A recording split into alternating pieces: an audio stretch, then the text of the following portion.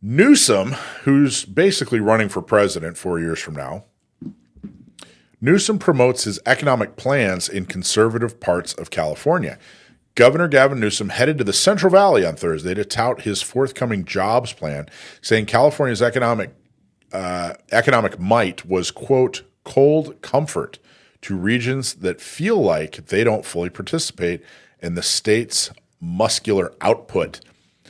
The substance of the governor's announcement was incremental, but the set piece, a liberal politician standing in front of heavy machinery, talking blue-collar jobs in a county that backed President-elect Donald Trump on November 5th, appeared to be a response to the election in which Democrats took a drumming after critics said they were out of touch on economic issues. Quote, some people talk about this economy is booming, inflation is cooling, lowest unemployment in our lifetimes. All that may be true, but people don't feel that way. They feel like the economy is not supportive, Newsom said in an appearance at a Fresno Community College, identifying that gap is a point of emphasis in the election. Newsom characterized the work in places like West Fresno's campus apprenticeship program as an antidote to the economic disconnect. This whole thing was such a as every the one of the more overused terms in today's society is gaslighting, right? Or is that what it is? Gaslighting? Yeah. Where you're the problem, but you're projecting onto somebody else saying, "Hey, you're the problem." Yep. Right? You're making somebody else feel guilty or feel responsible for something that you've done. This is the exact definition of that. He and his supporters, he being our illustrious governor, have completely screwed up this state economically. And now he's going to places that voted against his opinions. They voted for Trump and basically saying, hey, look, what we got to do here is we got to convince you, we got to show you, not we have to improve your situation. We have to make sure that you are not paying so much for groceries and energy and shelter. He's not saying that. He's not coming out and saying, hey, we need to come out and help you. You need to improve your lot in life. He's basically saying, hey, look, you guys are wrong, and we just got to get you to convince yourselves that of the right stuff, which of course is what we've provided, and it's absolutely ludicrous. Sure, some of the things he's saying about a recovery are true, but he didn't recover them. He didn't do anything to spark that recovery, number one. And he's a big part of the problem that it isn't fully recovered, and he's also a big part of the reason that it needs recovering in the first place. So, and he does this with guns and every single subject. I mean, he really is the textbook definition of a sociopath. So, I don't know. How old is he? How old's Newsom? Yeah. I think he's in his 50s, mid-50s. Maybe a little. I don't think he's not 60 yet. It's getting a little grayer. I know that. Sam, did you get a chance to take a look at this article? Yeah, and what comes to mind, other than, what comes to mind when looking at this kind of thing is, first of all, it's really interesting that it took such a big upset in the national elections a few weeks ago for Newsom and for others in his party to realize their messaging problems, which I think is just really funny. But second, it reminds me of a principle that I believe comes from economics, but it's very important in the world of public policy called Goodhart's Law. Have you heard of this? No. Tell us what it is. Goodhart's Law, in a nutshell, states that as soon as you rely on a single metric to gauge economic performance, that metric becomes useless to gauge economic performance. And the reason for that is that an economy or a government or an entire country, they're very complicated systems, and there's no one, you can't stick a thermometer in it to see how well it's doing. And so what I think the mistake that the Harris campaign and that I'm guessing other Democrats running for election made is when the subject of the economy came up, They were trying to run on the strength of the economy as measured in GDP per capita, because GDP per capita increased in the United States between 2020 and 2024. But GDP per capita is not the sole metric of economic performance, and it has very little relation to how most people are living their lives. It has very little relation to their lot in life. What really matters are things like price levels, inflation, average wages, things like that. And so it's really, I think, disrespectful to go around to working class people and to say, oh, well, your complaints are made up. The economy's doing fine. Look at this line. It's going up. The economy's fine. You're full of it. When they're really struggling. I remember reading a statistic that said something like, what was it, a third or 2/3 or something, some large percentage of Americans are living paycheck to paycheck. And Newsom and others expect us to believe that the economy's never been in better shape. It's patently ridiculous. Yeah, don't believe your lying eyes.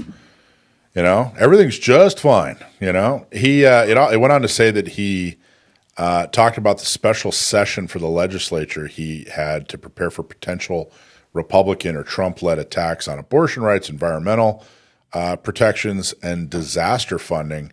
None of it had to do with the economy, by the way, if you really cared. None of the preparations were, let's prepare to shield ourselves from a successful Trump economy. So it's so disingenuous for him to stand there, and he went on to talk about and actually said that Trump vandalized our progress the last time he was president. And said that he cares about Trump supporters, he cares about RFK Jr. supporters, he cares about Tucker Carlson supporters, he cares about Charlie Cook supporters and Ben Shapiro supporters. He cares about all people. None of this is true. It's unbelievable how quickly he can, he just turns on a dime and just stands right in front of people, blames it on them, blames it on the person they voted for.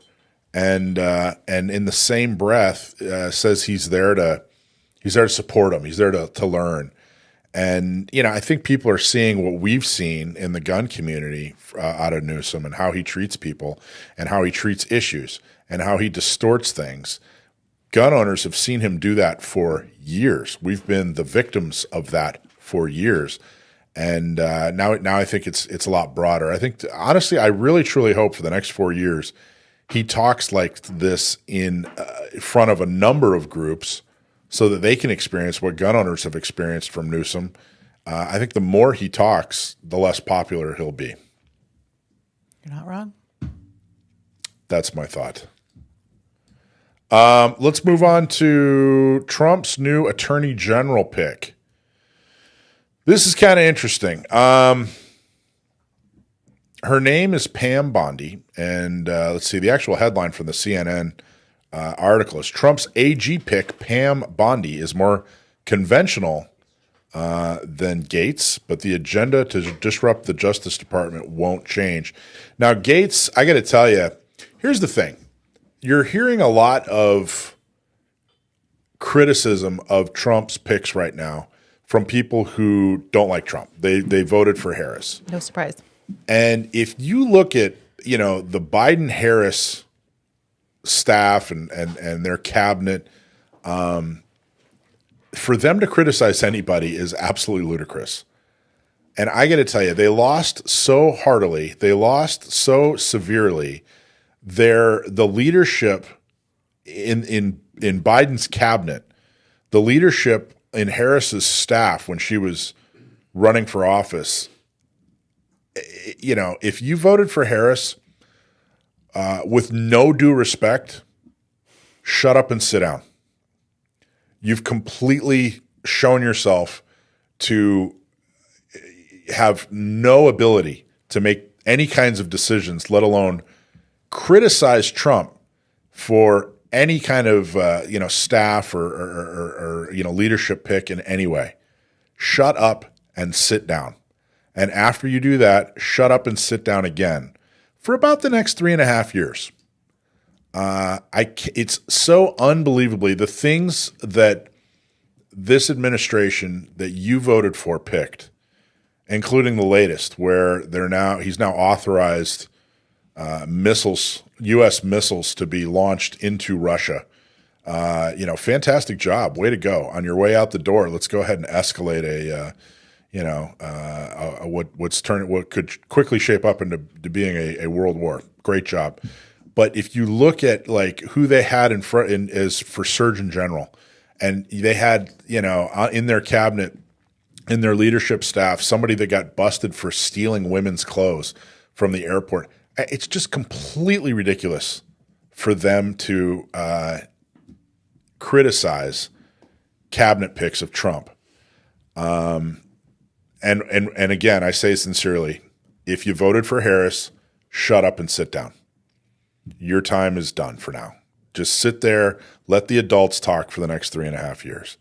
That being said, if you voted for Trump and supported Trump like I did, I think that you're allowed to have some, bring up concerns about just about anything the guy does. And I was definitely concerned with Gates being the Attorney General.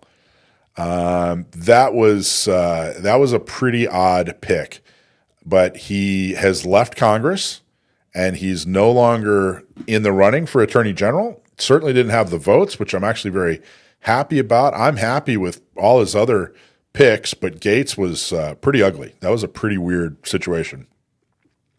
That being said, he's moved on to Pam Bondi, who is the Attorney General for Florida, and I have some concerns there. But let me start with the article. With his new pick for Attorney General, President-elect Donald Trump has found not only a powerhouse media strategist and loyal ally, but a tenacious litigator known for her battles in court for conservative causes. And while little about Trump is conventional, Pam Bondi is a far more conventional selection to lead the U.S. Justice Department than Matt Gaetz, who stepped aside after a week of nonstop scrutiny. That's a real polite way of putting it, from Democrats and Republicans alike. Bondi's rise through the Florida state legal system and her fealty to Trump. Fealty? What's that word? I was hoping you would know. Hey, Sam, what's fealty mean? Fealty. It means loyalty. It has a little bit of an archaic connotation, so you'll see it used in reference to the European feudal system. Nice. So that her fealty to Trump. I just looked it up. What's it say? Feudal tenants or vassals sworn loyalty to a lord. Nice. I could not stump my nephew there. Anyway, the CNN article, surprisingly not bad. It's fairly balanced. But I have some concerns. And we wanted to play just a bit of an interview with Pam Bondi, where she's actually sitting next to then President Trump, and she's talking about a subject that we talk about a lot. So go ahead, can you roll that for me? Rewriting it along with Governor Scott, you're going to meet with him. He's going to give you a ton of good information. We've been rewriting it, and we are going to bring in something called the Gun Violence Restraining Order. So if someone is civilly committed, typically you can hold them for up to 72 hours, but people are getting out within 24 hours, the majority of them. So what we want to do is let law enforcement come in and take the guns. Good. They're a danger to themselves Which you can't do others. right now. Well, because without being adjudicated. So because they're a danger to themselves. You want them to take the guns and when they are not go committed. through 6 months of legal trials and everything Exactly. else. But we also have to give the mentally ill the due process in which they deserve, President. So what we're doing is they're going to be able to take the guns when they're taken into custody or into the hospital, and then when they're released within 24 hours or 72 hours later, typically it's 24 hours, but law enforcement will have 72 hours to determine whether they should give those guns back, or they can go to a judge and say, Your Honor, please keep these guns. We feel this person is still a danger to himself or others, whether So they're this in would or out. Okay, so if your first reaction is red flag laws, she's horrible, that's the right reaction. You should. Red flag laws are horrible. Gun violence restraining orders are horrible. However, the reason I wanted to play that clip, if you really listened to what she described, It is not what gun violence restraining orders have turned into. No. And that is, it's a huge problem. Gun violence restraining orders have turned into an enormous problem. They were billed very similar to what she said. I mean, basically, she described what they were trying to create. What has ended up happening is they use gun violence restraining orders at the drop of a hat. They use it as standard operating procedure, and they've completely and totally ruined the concept that they were trying to create. Now, I didn't even really like the concept, but I was at least open-minded to it. Right. Like, let's sit down and talk about this. What are we trying to accomplish? What hole in the front line are we trying to fill? And I found out that, there really isn't one. But on top of that, they've become so much worse because of people like our city council, our city attorney rather in San Diego, Mara Elliott, who just got termed out, and then one of her lackeys got voted in. So it's no better. But she has taken the voters' trust. We put a certain amount of trust. We say, hey, you know what? These gun violence restraining orders that you're talking about, let's move them forward. We trust you, what you're describing, that you're going to do what you say you're going to do. So we give the government a certain amount of power with these gun violence restraining orders, and they've completely and totally abused it. So what I'm saying here is she needs to be thoroughly questioned on gun violence restraining orders. I don't think we need to throw the baby out with the bathwater. How long ago was this interview? Well, it was back when he was president. Right. So it was between 2016 and 2020. So I think it was somewhere around, I don't know exactly, but I think it was somewhere around 2017, 2018. But it was clear to me really watching, like when you hear gun violence restraining orders, you go, wait a minute. Right. But when you really listen to what she was describing, and realize just how far wrong it has gone, I'm not giving her a pass. Mm-hmm. She needs to be questioned, but what they attempted backfired extremely. So I'm very worried that if she still thinks that gun violence restraining orders are a good idea, then one of two things has happened. She hasn't been educated, she doesn't know, or she's wrong, and I don't want her in the AG seat, and I'm real nervous about that. So I don't know. What are your thoughts? Sam, what are your thoughts? Well, I think the headline is correct in saying that she's a more conventional pick than Matt Gaetz, in the capacity that she isn't a pederast, at least that we know of. So that's good, I guess. But yeah, totally agree with the GVRO red flag thing. And I'd like to clarify, if you don't mind, if you're listening to this and you aren't a very active person in looking at the news on 2A related causes, or even more interestingly, if you're a journalist listening to this trying to get a gotcha soundbite, hello. The reason we don't like gun violence restraining orders, red flag laws, is not because we think that dangerous people should have firearms. We don't. We absolutely don't want dangerous people to have firearms.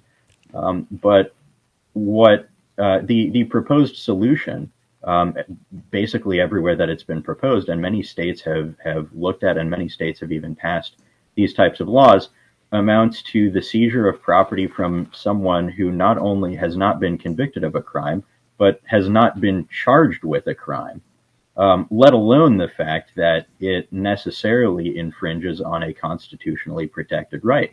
But even ignoring the gun side of things, you've given the government the power to take people's stuff without any sort of due process, which is a very dangerous thing. Because, and I hate to make the slippery slope argument here, but giving the government, be it the state government, local governments, or the federal government, that authority to take your stuff, even if you haven't been charged with a crime or convicted of a crime, is a very, very dangerous thing to give up.